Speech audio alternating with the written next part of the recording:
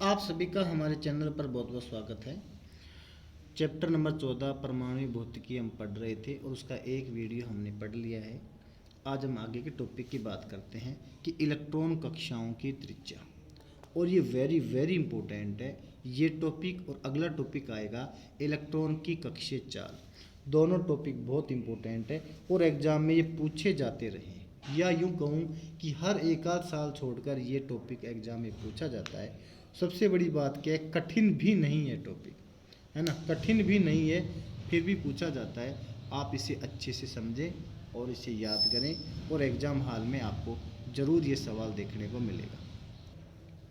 देखिएगा, इसमें सबसे पहले बोर के प्रथम अभिग्रहित के अनुसार, बोर का प्रथम अभिग्रहित था कि mv² बराबर kZe² ये जो बात मैंने आपको पिछले वीडियो में समझा भी दी थी।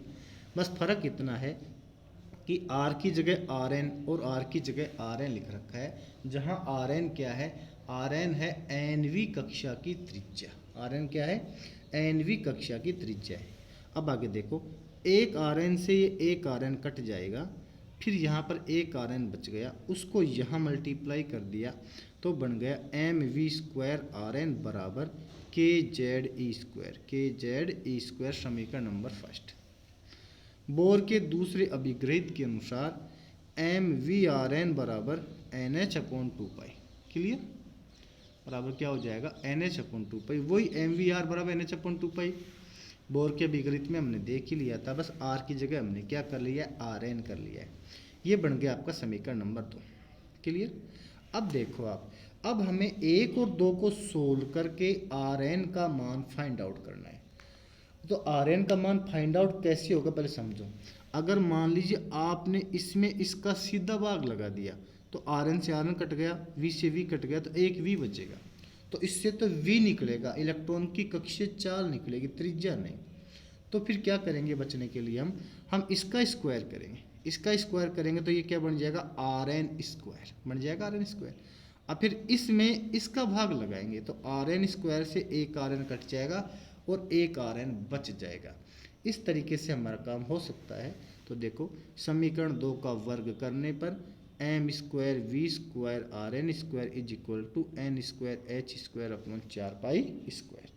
अब भाग लगा दीजिए आप कि समीकरण 3 में समीकरण 1 का भाग देने पर, और ये हो गया m²v² Rn² बटे mv² Rn। देखो यहाँ भाग लगा रखा है, बराबर हो गया n²h² बटे 4π², और इसका भाग लगाएं तो नीचे आ जाएगा 1/kZe²। क्लियर। अब जो कटे उसको काट ले। कटेगा क्या क्या, देखो, एक तो m से एक m कट गया, v² से v² कट गया, Rn से एक Rn कट गया। ये सब चीज़ें कटेगी तो क्या बचेगा, अगली पेज पर देखते हैं। तो देखिएगा आप, यहाँ बच गया mRn और यहाँ आ गया n²h² बटे 4π² kZe²। हमें किसकी वैल्यू फाइंड आउट करनी थी, हमें Rn की वैल्यू फाइंड आउट करनी थी। इसलिए हमने लिख दिया, इस m को नीचे भेज दिया तो Rn बराबर हो गया, इस k को एक साथ लिख दिया, 1/k बाहर कर दिया, n²h² को यूं का यूं उतार दिया, 4π² भी यूं का यूं लिख दिया, m उठा के यहाँ लिख दिया और Ze² को हमने यहाँ लिख दिया। ये है समीकरण नंबर 4। समीकरण 4 क्या है, ये कक्षीय इलेक्ट्रॉन की त्रिज्या को व्यक्त कर रहा है। Rn किसको व्यक्त कर रहा है, कक्षीय इलेक्ट्रॉन की त्रिज्या को व्यक्त कर रहा है। और ये फॉर्मूला ही हमें डेराइव करना था और जो हमने यहाँ पर डेराइव कर लिया है।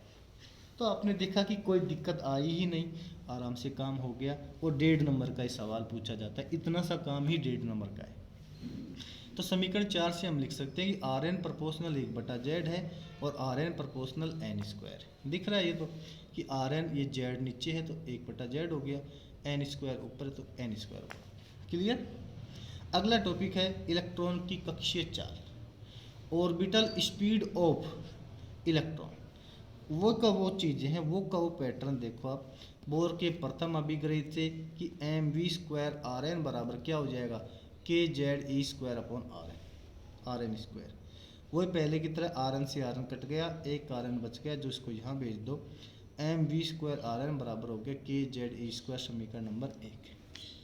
इसके बाद देखिएगा बोर के द्वितीय विपरीत से MV/Rn बराबर क्या होता है NH/2 और ये NH/2 जो है तो इसका हम क्या करेंगे, देखो ध्यान से कि समीकरण 1 में समीकरण 2 का भाग देने पर और भाग लगा दो आप तो ये हो जाएगा MV² बटे MV/Rn बराबर हो गया KZE² बटे NH/2।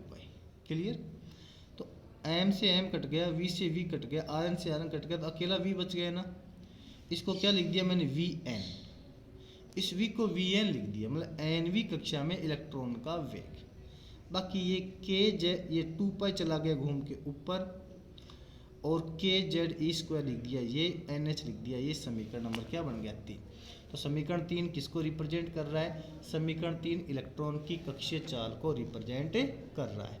आगे देखिए आप, हाइड्रोजन परमाणु की प्रथम कक्षा में इलेक्ट्रॉन का वेग ज्ञात करना अपने को। तो समीकरण 3 में देखो Z बराबर 1 और N बराबर 1 रखेंगे तथा अन्य नियतांकों के मान रखकर हल करें।